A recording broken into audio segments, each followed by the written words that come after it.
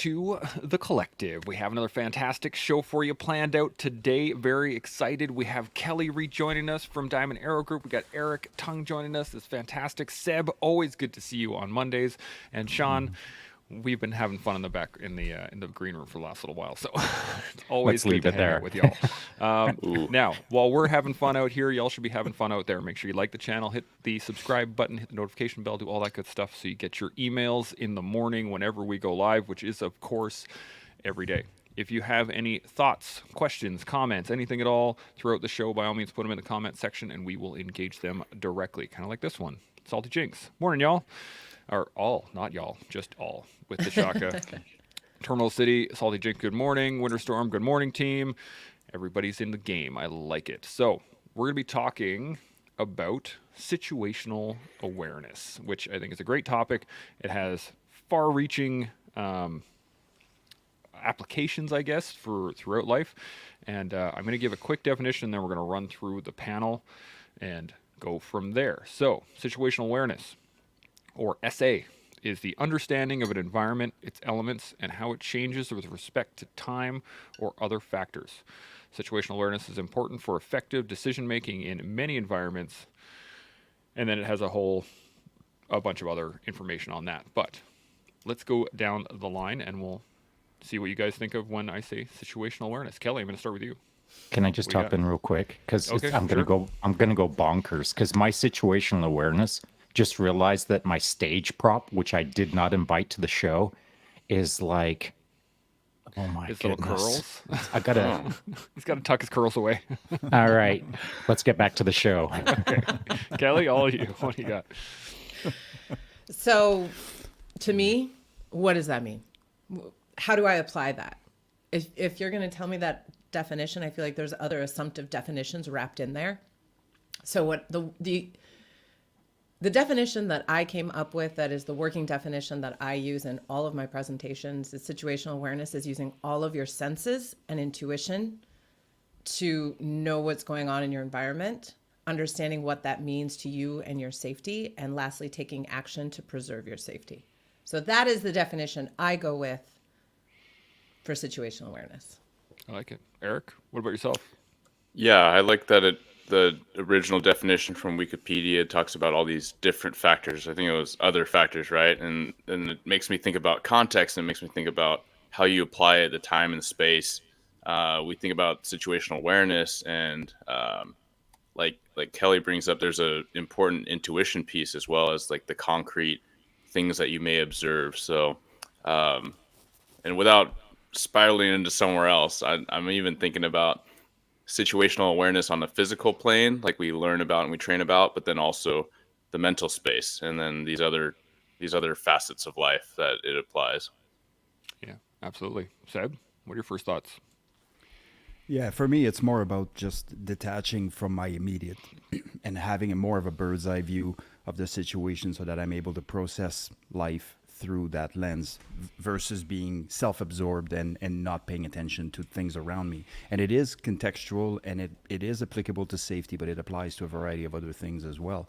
So for me, for example, perhaps it's just establishing a baseline on how my kids are interacting with other kids, for example, on account of understanding some of their behaviors within the context of the family.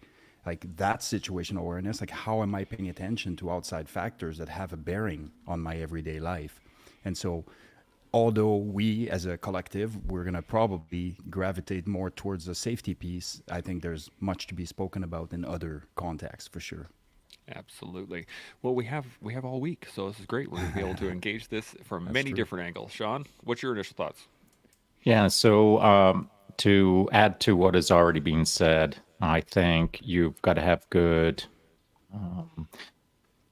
emotionally detached senses. So you're putting your radar out there using all of your senses. And I don't just want to say like using the Mark 1 eyeballs. You got to use your smell. I mean, your sense of smell to some degree. You got to use all your senses, but not emotionally attached to your senses. And then you've got to use your intuition. And your intuition has already been stated, but intuition is developed over time. So for me to say, just use your intuition. if you've been practicing intuition for 2 days, your intuition is different than my intuition. And so that then becomes part of the equation called situational awareness, which I'm sure we'll dig into as we peel back some of the layers of the onion. But the third piece, which wasn't mentioned, and I know we all have assumed that this is obviously part of the equation, there'll be no pushback on this, it's called experience. So you need sensory input, you need intuition to feel the universe around you based on how long you've been in the game, and that's contextualized against your experiences. And it's kind of like you're putting out your feels to the world, you're using your feels to figure it out, but you're using actual real world experience to filter some of those feels, for lack of a better term. I like that. Before I get that, I just want to hit this one. Winter Storm jumps in. He says Shaun had to quiet down the party in the back. I love that. Kelly, we'll go back to you. Do you have any thoughts on anything that's been said across the board so far? Yes. I love that you brought up the specific, we think about physical safety and not necessarily the psychological or mental safety, which in my opinion, is also just as important. When you look at the Maslow's hierarchy of needs, safety and security is mental and physical. So if we don't feel emotionally safe, much might Seb talk to your point about your kids and how they are interacting in their space. If they don't feel mentally safe, they might be lashing out, or they might be, depending, submissing. Excuse me. So I think situational awareness, and what I teach so often is, hey, we got to get down to the foundational, because if you don't feel psychologically safe, it's going to manifest physically in not only your health, but how you interact in the world physically, how you carry yourself. If you feel like shit, excuse me, can I swear? I just said that. Not on if this you show. feel like crap, if Womp you're womp. having a bad day, you're going to carry yourself in a different way physically, which then impacts potential safety issues that could come up. Absolutely. Eric, you got anything to add to any of that? Yeah, and when Shaun was expanding on what we were starting with, the context of your intuition being built upon your experience, I think that it is even, you can break down the types of situational awareness, right? Because a lot of listeners, readers, off the cuff, with the podcast of the military and law enforcement influences are like, okay, situational awareness, we're talking about physical safety, we're talking about identifying threats. And then even in that context, right, if you're a new parent, to Seb's point, then your situational awareness is all over the place because you don't even know what to key in on, right? Everything is new contextually. So your intuition is probably a bit lower because your experience is certainly lower. And then even on the next level, like if we're going to be situationally aware about our level of situational awareness, now we're philosophizing down a rabbit hole. How in tune with your own intuition are you? And that could be broken down into so many different realms. Oh, it's going to be a big conversation, that's for sure. Seb, you got anything to add on to it? Well, just to Eric's point, I think, and to Shaun's point, actually, his earlier point about maybe you haven't developed that, I feel like intuition is very often a part of who we are, and it's a tool that we do have for the most part, but it's trusting it and listening to it that's the problem. That's generally where people will get in their own way. And so it's important to understand, especially if you have, if you're anxiety prone, for example, and you're prone to overthinking, so there's a variety of different things that may impact your ability to trust your intuition. It could also be that your intuition, as far as you're concerned, got you into issues that you resented or didn't want to be a part of. And now you are no longer trusting it because seemingly every time you listen to your intuition, you end up in the wrong place at the wrong time. And this is that, this is the complex sort of relationship that you're going to have with your intuition, and understanding the nuances between, your intuition, some of the feelings you might have, having, misery injected into your life, those types of things. You need to be able to, decipher that. So there's quite the landscape there. And it's important to, to have a week-long conversation, because seriously, that's about as long as it's going to take to touch on all of those different aspects. 100%. Shaun, you got anything to add? I do. And so I might have to make that a trademark. I do. So certainly something that Seb just said struck me as real important to establish on day one here, and that is and the word is being thrown out a little bit, baseline. Figure out what your baseline is in respect to all things. But situational awareness. How do you establish your baseline of situational awareness? It's already been stated. You got to start thinking about what's going on around you and what situational awareness means to you, what intuition means to you. And if you don't understand intuition, well, time to start practicing it. How do you practice it? Oh, there's a boatload of ways you can get better at it. But one way that you can get really good at it really fast is to hang out with people who've got a lot of it. And so it's not uncommon in my life for some time now, not when I was young, but as I got older, I would see things or know things that people wouldn't understand until it happened. And I'd be in front of it like 10, 15, 20, 30 seconds before it went down. I'd know that it was going to go down because I could see the pattern, because my intuition told me it was going to happen. But was it my intuition? Was it my pattern recognition? Was it all of the experiences that I lined up to make predictive math analysis? It doesn't matter what it was. What it is me seeing it before most people see it. And when they look at me and say, how did you know that? It's not that I can read the future. I can read the pattern. I can read the situation. I'm aware of what's going to happen before it happens because I've been there a lot of times and I've formed the pattern. So it's like doing homework. How do you get good at math? You got to do a lot of math. How do you get good at painting? You got to do a lot of painting. How do you get good at situational awareness? Well, you got to practice it. It's a art. It's a skill. It is homework. But if you want the fast track on your homework, you've got to get up next to people who are really, really good at it so that you can actually see it work, so that you can believe that it's a thing. Because if you've never experienced that sort of predictive analysis on situational awareness, it's probably sounding like Harry Potter stuff right now, but it ain't. It really ain't.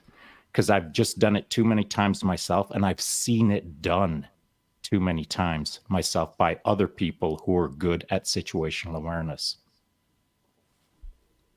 There's a direct corollary here, and I want to use this as an example, and I'm going to use traffic.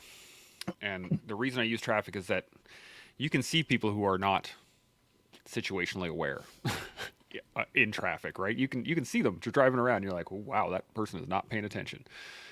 But you can also see the people who are aware, who will break out of the way of a car who's about to change lanes that doesn't even know they're changing lanes yet, but they're just gonna there's a predictive analysis, as that Shaun said, and I think that it's a great analogy to be able to utilize for those that aren't really understanding the whole magic of it, right? Is that you can see in traffic when someone, if you're paying attention. Let me put it that way. If you're paying attention, you can see when somebody wants to change lanes. You'll see them start to shoulder check. You'll see the signals come on or not, or you'll see them start to lean into the lane, all that kind of stuff. So the question I want to hit you guys first with is right at the beginning. You talked about it being a skill set, and it's a perishable skill set as well. So if it's not something that you practice regularly, it does start to degrade over time. So let's start at the very beginning. How not only do you build situational awareness, and I don't mean just I mean the actual physical act of building it, but how do you maintain it once you have built it in there? And I'm going to start with Eric today. What do you got? Well, I think it's very counter.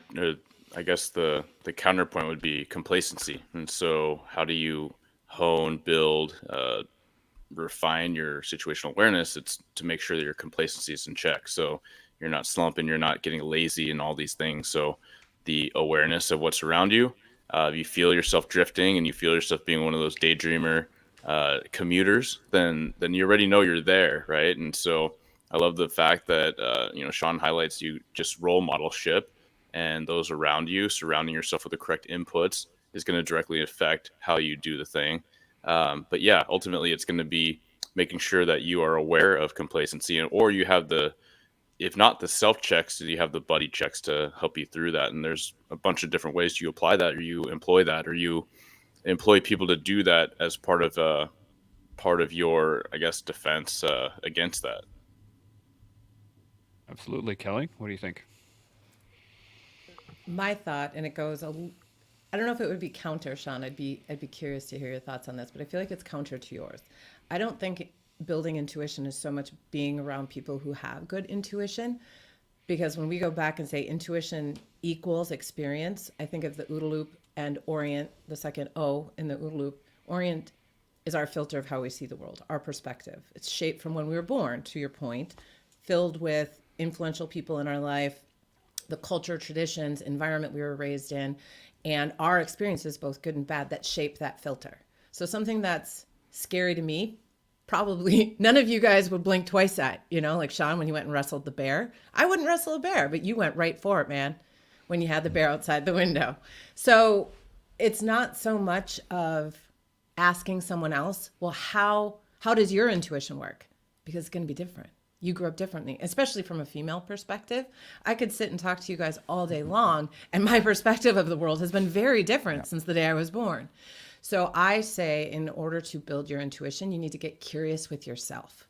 And that's curious about your environment. Okay, well, what is in your environment? What do you see, hear, smell, feel? You can feel when the sun comes out from behind a cloud because your skin warms up. So I always trying to stay present. And to your point, Eric, if you feel like you're daydreaming or drifting off, bringing yourself present. What are 5 things you can see, hear, smell? It's also a way to decrease anxiety that is given as advice for people who have tendency to, have panic attacks or can feel themselves getting anxious. Is it staying calm and just what's in your environment? Not always specifically looking for danger or threats. It's simply being curious with your environment and what does your sensory inputs tell you about your environment. We learn best through play as humans. So if we can remove some of the fear-based modeling of teaching, instead saying, just pay attention. This morning when I was on my walk, I could smell road oil. So it told me, and I was like, okay, why do I smell road oil? I'm on like a country trail.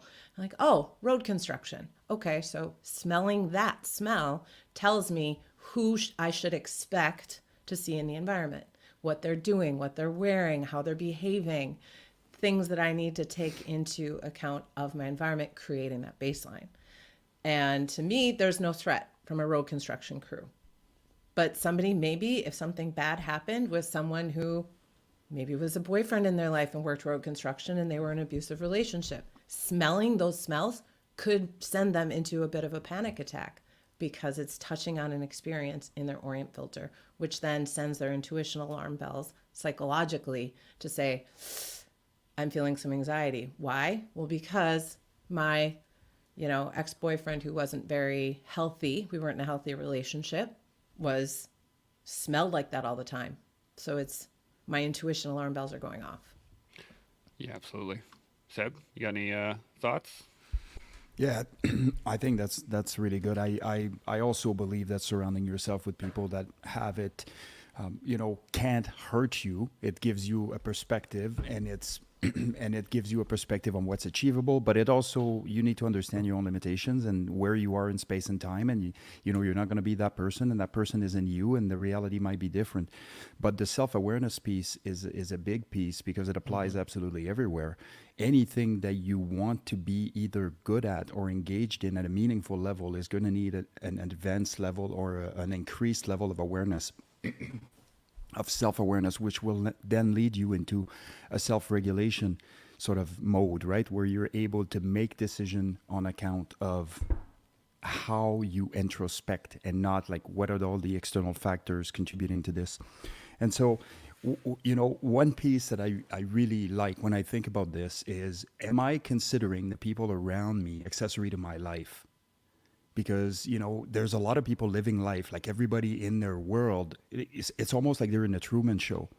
Like they live life, they're the epicenter of that life journey, but everybody else around was put on the way to somehow serve the purpose of helping them in their own life kind of thing, And I mean this on a subconscious level. I mean, they're not going around thinking that. But I feel like a lot of people act like other people in their life are accessory to their lives and not humans with their own journey, their own interaction, their own importance, their own history, all of those things. And so one sure way to realize that my situational awareness is a bit limited is if I spent my entire time hovering above myself and not focusing on anything around me. And it's really interesting because we interact with the world in a different way when we address it this way. So I'll give you an example of this. Again, to go back to parenting, and I don't know why I'm doing this because I'm certainly not the best parent, but it's just the examples are there. But when my girls were really, really young and we went and ate in a restaurant, I always had them clean their table. The entire thing. Stack the plates, take the napkins, clean the table, do the whole thing so that the thing would look exactly as it did when we first got there. And the question was always, why are we doing that? There's people paid to do this here, and my answer was always the same. Yeah, there's people paid to do a certain job, but you're now helping, you're now contributing, you're now a participant, you're helping them, you're helping their day, you're helping yourself. It builds discipline, it builds, like the list goes on and on. So, we used to do this as a team. And then we'd look at it and go, are we good? Are we comfortable with leaving this behind for somebody else instead of leaving them a mess, just relying on the fact that they're paid to do this job, without consideration for how their day might be going, how their life might be going, and so just bring it back so that the girls understood that people around you, despite their perceived status or where they stand in space and time, they don't owe you anything at all, and they don't, and quite to the contrary, you owe the world to be the person that you need to be. So anyway, I went on a tangent, but that's okay. I think it's a great point too, though. Shaun, you got any thoughts on any of that? I do. So I think a couple of things. One is we've got intuition and we're born with it, but I do believe it's something that needs to be built out, just as I did with my boys when they were young.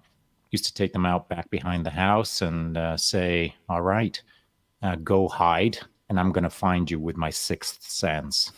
I'm going to find you by expanding my intuition, by using the force, is what I used to tell them when they were real young. And boys, while I'm finding you, you try to find me. And so they'd be out there, hiding in the bush, trying to use their force to be situationally aware through something that they didn't understand at the time. And that was me teaching them that you've got to use your senses. You've got to expand out into the world around you more than you believe you can right now. Because until you start pressure testing your senses, they just exist. Let me ask the panel, how many times have you all blinked over the last 60 seconds? What was the number? 0. Oh, that's right. No one knows. Because we're not situationally aware to that. We're just not. Because it's offloaded as an autonomous response. Just as most humans, and I'm going to say pretty much everyone, autonomously offloads their situational awareness. They're so unaware of their situational awareness that it doesn't exist for them. Because it's passive. It is not active. They are not a Doppler radar. They do not put out a ping. They simply walk down the sidewalk pingless. You can put that on a T-shirt. And so you've got to, you can't be a passive participant on this subject. You've got to actualize it. You've got to engage it. You've got to be almost aggressive with it if you really want to understand beyond your nose. And so that means homework. That means making the conscious unconscious, just like you blink your eyes without being aware. That's over many years that you got that skill. But now it's autonomous. That's what situational awareness is to me. I've been doing it a real long time and I offload it. All I have to do is pay attention to the world around me with my senses, but not through a fear-based sense, which is what a lot of people confuse this subject on. They'll walk down the sidewalk waiting for a masked bandit to jump out of a dark alley and drag them into it, which is nonsense. So what you need to do is walk through the world without a fear-based strategy, but it has to be a aware strategy. And I'm going to give an example now. when I was walking through the streets of Ottawa just after I'd left Tier 1, I looked across the street and I saw a bunch of people standing in front of a building. And I didn't know what they were doing, and it had no consequence to me. But I just expanded my intuition, whatever that means to anyone out there, and I felt what I felt, and my curiosity said, I got to go over there. And I didn't second guess myself, because I don't. Because once you've been using your intuition a long time against your experiences, and they start playing out to be correct, well, then you start following your intuition. So I followed my intuition over to the crowd, walked into the building, walked up to the front desk, and then began a computer system engineering degree career that lasted several years, just because of curiosity and intuition combined into situational awareness that made me feel like, I've got to check this out. And so situational awareness isn't always about fighting off masked bandits behind dumpsters. It is walking through life and opportunities that jump at us. The opportunities, not the bad guys, the good guys. When the opportunities jump out, and if you're situationally aware, guess what? Now you're doing good instead of facing bad. Now you're winning instead of losing. And I think maybe situational awareness, we could even talk about, what is your focus? Are you focused on the fear-based negativity, or are you focused on the kick that ass positivity? I guess it all depends on how aware you are of your situational awareness. Can I That's a throw great some point. out? Yeah, absolutely. Yeah, going off Sean, what Sean's talking about is, this willingness to allow your intuition to expand or to be curious about it. But there's so many times I feel that there's so many times I've seen where people suppress their intuition, and it is this thing that we're born with, and at its height, it was probably more in our primal natural state, right, where we have actual threats and we have actual true rewards, right? To be intuitive about that food source means surviving, right? Whereas now we do go pretty pingless as a society through life. But there's been so many times in police work where when you're talking to someone who's been victimized, you hear these examples of their intuition popping up in their story, but then them suppressing it, right? There's times where someone might be attacked, and then they talk about how they noticed something over there. They noticed something wasn't right with this person, or they noticed this person was trailing them for a while, and they didn't really want to look at them because they didn't want to be rude or look around the shoulder. So they're literally fighting against this natural survival mechanism that's popping out. Another one being that it's your typical residential burglary during the day. Neighbor sees it happen, doesn't call it in, and then pops their head out when the police show up saying, I did see that truck there. I didn't think my friends were moving out. I didn't recognize this guy. And lo and behold, they're moving out with their TV and all these things of value and nothing else.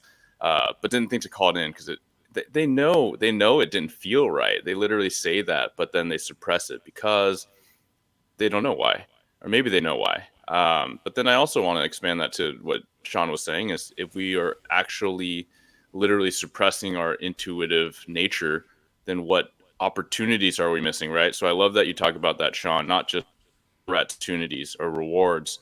And if we literally keep our head down and we mind our own and we're just existing, then we are going to let all those things pass us by. 100%. Kelly, any thoughts? To play to that, one of my favorite quotes is, fear does not stop death, it stops life. And I think that ties in perfectly. I say so often, because most of my trainings are to women who, to all of your points, tend to overly suppress their intuition signals because they're worried about being judgmental, being rude, not being viewed as kind, all the things that they were groomed through social mores to be. So they often will suppress those intuition signals because, well, he didn't look like the masked bandit jumping out from behind the dumpster. The manipulator, Ted Bundy was described as charming and handsome. So the manipulators will use different tactics, which tend to be more on that psychological side of testing your boundaries and testing how willing you are to speak up for yourself, to get to a point of potential physical danger. But I like to say, I will never tell you not to do something that you really want to do. I'm just trying to help you figure out how to do it the safest way possible, because I've gotten to do some really awesome things from strangers I've met, and got to go to really cool places that I would never have gotten to go if I hadn't trusted my intuition, which started with getting to know my intuition. And I think it was Seb, did you mention like what particularly are we paying attention to? In our intuition, what are we listening to? How do we sharpen that? Because it's body language, it's maybe the way they said things, the way they use different tactics, or if I say something, nope, that's not okay with me, or actually I'd like to do this, how do they react to that? So there's many nuances that go along with intuition, and that's why I always go back to, you have to get curious with yourself and ask yourself, why does that make my intuition go off? And not to discount it, not to deny it, but to get curious and say, what about that? Where is that coming from? Because sometimes it's not even us. Sometimes it's just an influential person in our life who had a very strong opinion about something and pass that down to us. So That is a great point. Now I have a few comments and another couple questions here, but any other thoughts on what we've been going over so far? Shaun, what do you got? Sure. Just real quick, as you were talking, Kelly, I was just thinking that there's a big difference between, I'll use a title that is country bumpkin. I'm sure you guys have all heard the term before, and it usually indicates someone who has a certain level of naivety, or they're naive in respect to the big city. And so if you're coming out of a small rural town of 200 people, and this is your first big trip to the big city, and you're walking down the sidewalk and all those dark alleys that you're walking past, that's a whole different world for that person who has grown out in a rural area. That naiveness versus someone who's being raised in the big city, in the big inner city, has been raised rough and tough in the hood, we'll call it, and now they're leaning on a sidewalk railing, watching the country bumpkin walk down the sidewalk. And tell me I'm wrong, but it's like a shark watching a fish swim by. The fish is so unaware. The shark is totally dialed into the moment. And now it's for the shark to decide what it's going to do with the fish who's blindly swimming past that moment. That's the reality of it. Now, I know it's not nice to say it that way. I know that it's a bit, rough to say it that way, but that's the truth of the matter. If that's how you were raised, you're now the fish swimming past a shark, unaware. And how do you get aware? Well, if you stay in the same aquarium with all those other fish and you never look at sharks, then sharks are going to be confusing for you the first time they start swimming towards you. So you got to get out of your environment that you've been raised in to sleepily not understand what's going on in the big world around you. How do you do that? Well, you can either move to the big city and get with that program, or you can stay where you're at and start paying attention to people who used to live in big cities and now live in your small town and who have experience. Or if you don't or can't find that in your small town, well, now the internet is your town. You can listen to people that have been in the big city, that have learned the big lessons, that are the sharks, for lack of a better term, and can help you understand how your aquarium is not suited to the big world that is current. Like North America right now has a number of sharks swimming around it. Also within North America, there's a number of sharks swimming in it. And yet we've got a massive aquarium full of goldfish who are not using their situational awareness to understand how many sharks are circling and swimming within the aquarium right now. I think you're absolutely correct, and I wanted to just there's something I wanted to say for a little while, and I wanted to engage this directly. It also comes into play in terms of what SA you have, what situational awareness you have, and where it comes from. So that country bumpkin might have fantastic situational awareness in the woods, right? They might be a perfect hunter. They might understand the flow and the feeling of the grass and all that stuff, but then it doesn't apply in the big city. Now, some parts of it apply, but not everything. And I wanted to use this example because it happened to me. And there's a comment on it as well. Is when I came back from Afghanistan, my essay was built around looking for IEDs. That was my entire concept of how to be aware of the situation. So I saw IEDs everywhere, right? I'd be driving down the street and I'd see a bag of garbage on the side of the road and I'd be like, ah! And I would immediately go into a heightened state and I'd be hyper vigilant on that one particular line of situational awareness. But it didn't apply in North America. There's not IEDs running down the streets here in Canada, so it's not that massive of a point. And to my point, Terminal City jumped in here with this and he said, any thoughts on practicing and deepening situational awareness without having it feed into hypervigilance and other adjacent negative traits? Now, my thought on that was that it would, like, you have to understand what line of situational awareness you're utilizing, but I'd like to get your guys' thoughts on it. Seb, I'm going to start with you. What do you think? Well, I'm just going to go on Terminal City's comment here with and I'm seeing, in the way I'm reading it, is the implication that hypervigilance is automatically negative, and it isn't. Sometimes it's necessary, and sometimes it's life-saving.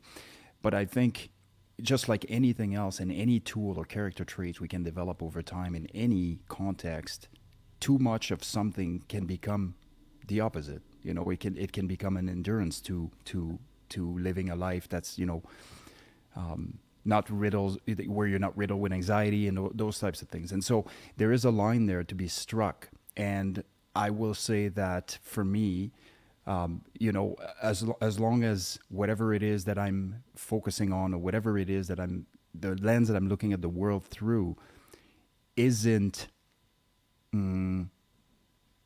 necessarily fatalistic, and what is the cost of the suppression that's associated with that. So if I disregard this, what actually happens? And this is a good segue into what Shaun was talking about in relation to the computer engineering business. What would the cost have been had he not listened? Well, he wouldn't have written a book, and he wouldn't have been a super DEFCON 9000 savage, all this good stuff.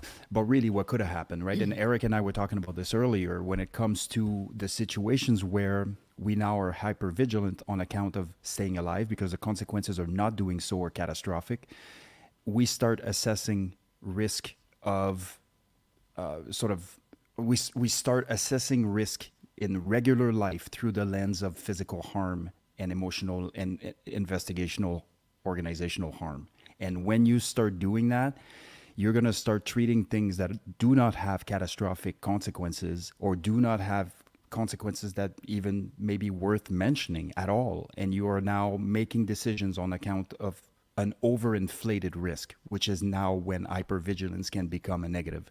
So I just wanted to clarify that piece a bit for me. Absolutely. Kelly, you got any thoughts? Right away, I'd get curious with Terminal City training and saying, okay, well, are you safe?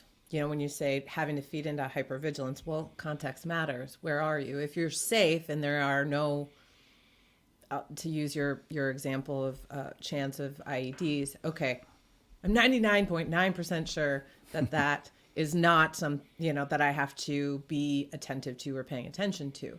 So to practice and deepen your situational awareness, then it might be, what are the different sounds I can hear right now? Is really starting to articulate and pick out different unique sounds, practicing using all of your senses. And then if any sensory input that you pick up in your environment makes you feel like maybe a heightened awareness, maybe the negative trait, maybe you feel your stress level, you're adrenalizing a little bit. Well, why am I adrenalizing from that? Sight, sound, smell, feel, taste, even, I like to use taste as an example of situational awareness. And I say, when we taste food that's gone bad, we don't sit there and keep it in our mouth and analyze it. Our body naturally spits it out, because we have to remember that, like Gavin de Becker says in Gift of Fear, intuition is important in two key ways. It's always in response to something, and it always has our best interest in mind. It's not a prankster. So if your intuition is sending you a signal, it's in response to something. how quickly can you determine what that sensory input that caused that intuitive response? And that's, to me, is a fun way to deepen and strengthen my awareness skills, because the sooner I can tell, hey, I'm adrenalizing, hey, my intuition picked up on a signal, hey, what was that signal, the quicker I can get through the OODA loop, the quicker I can react to a situation, come up with a decision, and then take action to respond to whatever that input was. So that's how I would suggest practicing and deepening your situational awareness. Absolutely. Eric, you got any points to add? Yeah, I love this track because when we think about this question prompted by Eternal City, is all these themes we're talking about, all these concepts, it's all mindfulness, right? It's being aware of self, and it's being aware of your senses and where you feel in that space, and your space is the next level around that. So, how do we focus on that without being hyper vigilant? I think you need to be recognizing where you are, how you are in that space, and then like Seb and we were just saying, like, is that serving you, right, in that time? So if you are in a restaurant and the door swings open and you notice this huge spike in your chest, and you starting to kind of feel where your weapons that you brought, or your weapons of opportunity, are on the table, or the glass bottles, and where the exits are, or maybe you already know all that, then if you feel this really heightened state, and then you look around and it looks like your average customer and very unassuming, and it takes you a long time to come back down, then you need to be aware of that, right? So then you be mindful of that and recognize that it's not serving you now, right? And I think that goes to what Kelly's saying. It's like, are you safe, right? It makes me think, and a lot of these conversation points make me think of our recent context in law enforcement. Is the large attrition in the last few years has nothing to do with physical safety, right? It's psychological safety, right? Cops didn't feel safe to do their job. They didn't feel supported. They didn't feel safe in their organizations with their leadership. And so then it goes to a different level, or a different application of situational awareness. And so to recognize why you're so mad and why you feel so polarized in the industry is very important, to figure out how you want to navigate that, and what you need to do to enhance the relationships in your team, or what you need to do for yourself and your family, and whether you stay in this career. So I think it's all intertwined, but it all really comes back down to mindfulness and being aware, self-aware of your space. I love that there's been a lot of recognition of these other senses. They're super powerful, but they're not predominant in our culture and how we conduct our day-to-day, right? We focus so much on sight and hearing, like for the verbals, right? But smell, I think, was it Shaun that talked about smell at the very beginning? You literally say sometimes, right, as an analogy, like, oh, that doesn't smell right, right? So you're even paying, homage to how powerful it is. Or like Kelly, like the taste, after an interaction with someone, you're like, yeah, that left a bad taste in my mouth, right? So we know that these are powerful. So I think it's really helpful to recognize and not forget them. 100%. Shaun, you got anything else? I do. So the feeding into this question specifically on hypervigilance, I think it's a really valuable topic to dive into, because at some point in everyone's life, you're going to be hypervigilant, and for good reasons as well as bad reasons. And why do I say bad? That's typically because now it's happening too much. Now you're in a loop of hypervigilance. So if you're spending the entire day hypervigilant, the entire week, the entire month, the entire year, all right, it's time to address that. But having some hypervigilance in situations where it's appropriate, it's appropriate. So how do you understand what's too much or what's too little in respect to hypervigilance? Well, that's called experience. So your intuition will determine what's going on in front of you through your sensory input. And I've said it before, I'm just going to restate it. We are just a freaking signal receiver. That's all we are. Our bodies, that's all it does. It's a sensory input device. It accepts data from the world around us, brings it into our body through our senses, connects it to our peanut, and our peanut determines what's going with that data. What does that data tell us from that external world? How our head interprets these things is what's going to cause our next action.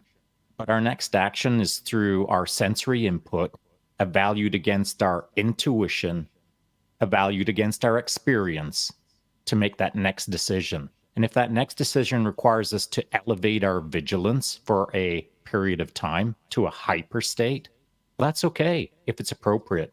Where it's not okay is when it's a repeated issue, when you're just sitting in your car at the drive-through waiting for your coffee. If you're hypervigilant there, chances are, unless you're in a foreign country where there's a lot of rounds going down range, you don't need to be all hypervigilant in your car.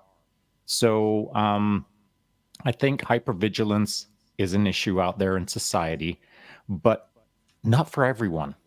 And so I want to be super careful now that I put all that in place to draw a defining line now between those who serve and those who don't serve. And I know that's a really broad definition, but people who serve their country in some capacity, more often than not, face more instances that require them to be hypervigilant. Whereas if you're just like a bean counter in your office, or you're sitting at your desk and you're writing your new novel, or you're at your friend's place on Amazon right now trying to buy a new furry outfit, none of those things require hypervigilance. None of them. But what does require hypervigilance way more than your Amazon shopping is people who serve their country, because they're put in situations that require time and time and time again these requirements for a hypervigil state. So now the two guests on our panel, Seb and Eric, are fine examples of that. So I've laid all that out to ask you this specific question.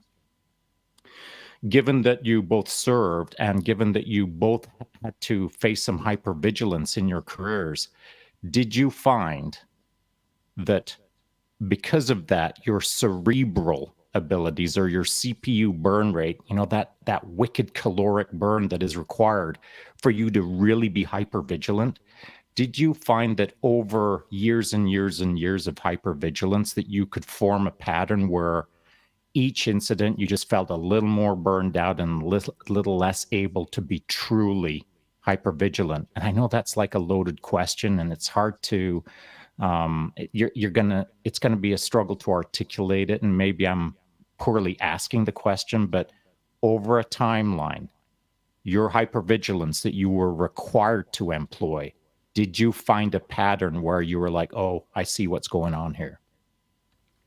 Eric, let's start with you. What do you got?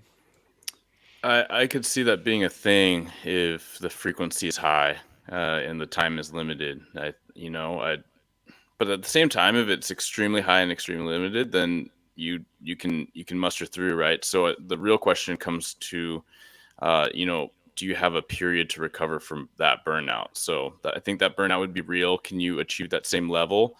I would think yes, in an operational level. However, I do think, kind of like we were talking, Seb and I earlier, about how these lessons from situational awareness can permeate into other aspects of life and absolutely disserve those aspects of life. I think that's more likely, where you become conditioned a certain way. But I do want to also inject the fact, I think that situational awareness would be very, very advantageous if you found yourself surrounded by furries, if you took the wrong turn down the wrong street. That's the wrong alley. There are no good alleys there. There's no escaping that. Yeah. Seb, you got any thoughts? You're muted, buddy. I got lots of thoughts, but I'm gonna pick a couple and so as to not hijack the show. See you tomorrow. Yeah, exactly.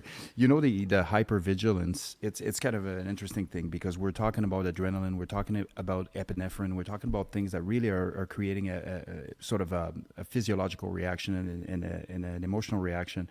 I know for me, it was always, and I say this all the time, and I don't want to overplay this, but for me, it was always a mathematical equation. Like, my emotions had nothing to do with it. Like, I was doing things based on experience, based on data, based on what I knew, based on what I felt, but it wasn't an overbearing, process where I'd be sitting there in a state of hypervigilance. It was like, no, this is now a part of how I'm doing business. It's a self-protection mechanism. It's a protection of the collective. It's a mechanism of protection for the collective as well. In the case of a life of service, for example, but even after, I mean, who's going to interfere with anything coming out, in a restaurant or anywhere? Is anybody? Because one of the biggest problems that we have right now in society is people get stunned too long. And by the time they're done being stunned, everything has been taken care of, which generally means that somebody filmed while everybody else did nothing. Right. And so the best, we're talking about weaponizing that situational awareness when you have not only the ability to recognize the circumstances shifting around you, but how you are to react to those circumstances. And that's the real gem. That's where, complexity and experience and everything comes into play. But for me, sitting there in a restaurant, having my back to the wall and making sure I'm aware of the entrance and exits and who's coming in and whatever, wasn't an over sort of onerous process where I'm, engaging this at an intense level. It's just like, this is what I do. I can see in whatever I'm sitting here, I'm not putting incredible strain on my emotional sense in that sense. But what I did do that Eric sort of alluded to is risk assess things based on physical harm possibilities in contexts where that is not required. And when you do that, you're gonna disable all kinds of opportunities that you may or may not have, because the risk, if you fail, has to be taken into consideration. And so for me, it was about, yes, hypervigilance was a part of who I needed to be. It's still a part of who I am, but also it doesn't put this overly crazy emotional burden, if that makes any sense. Whereas I feel like a lot of people, when they talk about hypervigilance, they inject or imply that somehow the person that's doing it is automatically sort of paranoid, in that sense. I like that. Now, I have a bit of a question here. I'm wondering, Kelly, do you got any thoughts to add on to any of that? I do, simply as a law enforcement wife, and my husband's 21 years in the military too, is that hypervigilant state. It's so important to be able to come down and how we work together as partners. So I know a lot of your listeners are military, law enforcement, is being able to translate these situational awareness skills to your significant other, especially if they're female, is so important, because they can help. You can be partners together on observing your surroundings. You talk about, Seb, putting your back to the wall in the restaurant. Okay, yeah, what are the other angles?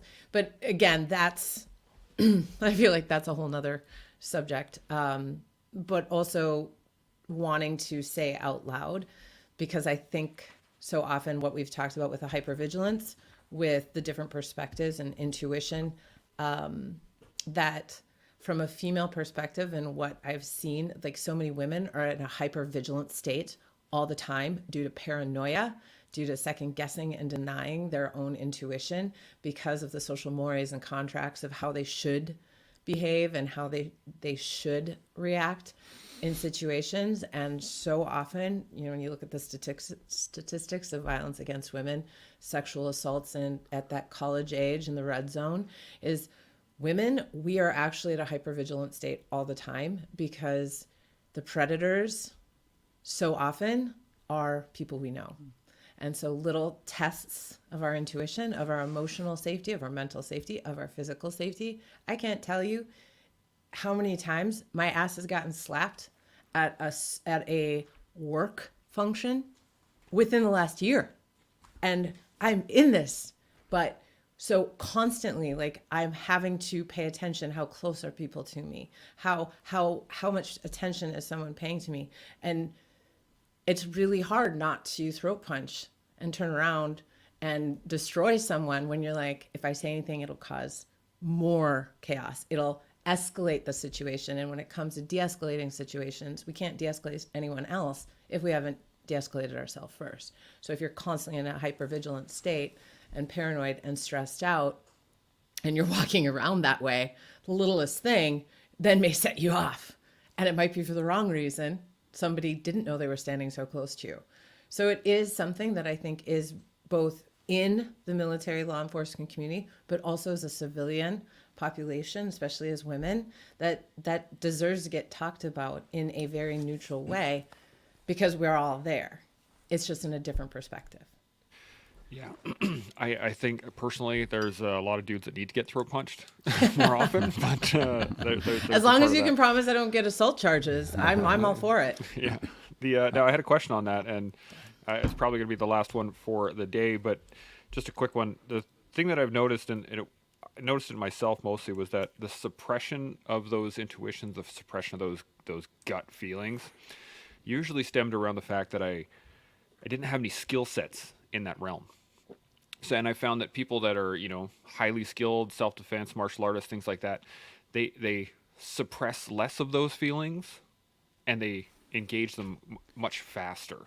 And I mean, I look at someone like Shaun, I look at someone like Seb, and these guys have been martial artists for a long time. They have lots of experience in terms of training and lots of time under pressure, that kind of stuff, that allow them to be calm and relaxed in basically any situation, because they're able to react at any point in time in a useful manner rather than just violence, right? So I'm wondering, do you guys think that is a piece of the puzzle here, in that like a lot of people will suppress those gut reactions based on the fact they just don't have any skill sets to deal with the situation?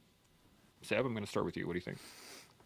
Yeah, I think it can. I think it definitely can be the case. And just to, because I think it's important. And too bad there's only 4 minutes left. But I think it's important to Kelly's point. The reality that women are faced with every day. 99% of men have zero clue. I mean, I've spent a lifetime teaching women's self-defense and having involvements at very deep levels with all kinds of women in the context, and I think we would lie to ourselves and lie to everybody else if we said that men aren't predatorial, and that women are on the wrong end of that predatorial cycle a lot of the time, and those guys are walking among us. It's not just people you hear about in the news. Is your buddies that are not talking to you in the same way as they normally address women or the way they treat women. So I think for me to stand here and say, women need to know when and what, well, no, we're going back to exactly what I talked about earlier, which is assessing risk with catastrophic consequences. They really don't have a choice, because now the cost benefit the benefits far exceed, or the cost far exceeds the benefit if they don't do it, right? So the question then becomes, when do you negate, or when do you suppress, and when do you follow through? And so that's an important piece, and I think we can't forget that. But in order for us to make this better, what can we as men do to make this better for women, for example? So, if I'm walking on the same side of the street and there's another side to that street, and she doesn't need to look behind all the time, I'm going to switch side.